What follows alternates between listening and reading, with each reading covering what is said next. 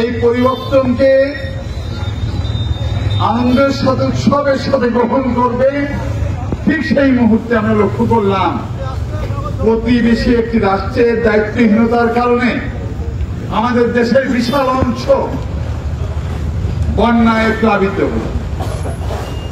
সেই বন্যাকে মোকাবেলা করার জন্য, সেই বন্যায় ক্ষতিগ্রস্ত মানুষকে সাহায্য করার জন্য সারা দেশের ন্যায় মেহেরপুরবাসী এবং বিশেষ করে আজকে আমঝুকি ইউনিয়নের আমার ছোট বড় মুরব্বী ভাই বন্ধু সকলে মিলে ঐক্যবদ্ধভাবে প্রায় 10 লক্ষ টাকা যে দান আজকে পাঠাচ্ছেন এর উদ্দেশ্যে, এটা একটি দৃষ্টান্ত হয়ে থাকবে এই বিবেচনা মধ্যে যে আজকে পরিবর্তিত পরিস্থিতিতে আমরা লক্ষ্য করেছিলাম দান চুরি হতো। আজকে মানুষ সম্মিলিতভাবে মানুষের সাহায্যের জন্য এই মেহেরপুর থেকে ফেনী অনেক দূর, তারপরে তারা ত্রাণ করা হচ্ছে। এই হলো নোয়াখালী, এই হলো আজকে এই পরিবর্তনের শুভকার, যে পরিবর্তন আমরা চেয়েছিলাম, যে একটি নতুন গণতান্ত্রিক জনগণের বাংলাদেশ যে বিনির্মাণের স্বপ্ন, সেই স্বপ্ন আমরা বাস্তবায়ন করতে চাই এবং সেই সাথে সাথে এই সমাজ, রাষ্ট্র এবং আমাদের ব্যক্তিগত চেতনারও পরিবর্তন আসবে। ছাত্র জনতার গণ-অভ্যুত্থানের মধ্যে দিয়ে একটা বিষয় প্রমাণিত হয়েছে, যারাই ক্ষমতার দাপট দেখেন না কেন, যারাই ক্ষমতাকে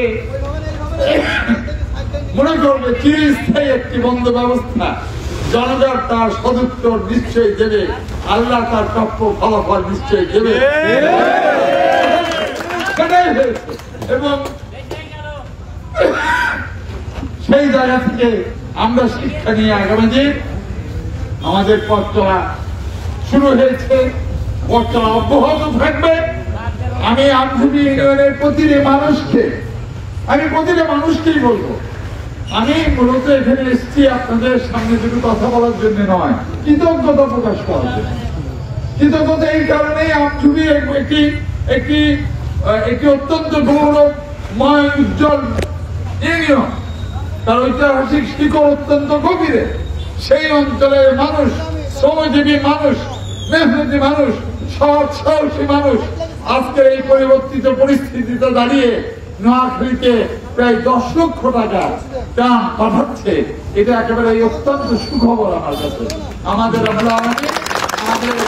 এই সহযোগিতাকে নিশ্চয়ই কবুল করে নেবেন। আমি সবাইকে ধন্যবাদ জানাই। আসসালামু আলাইকুম। ধন্যবাদ।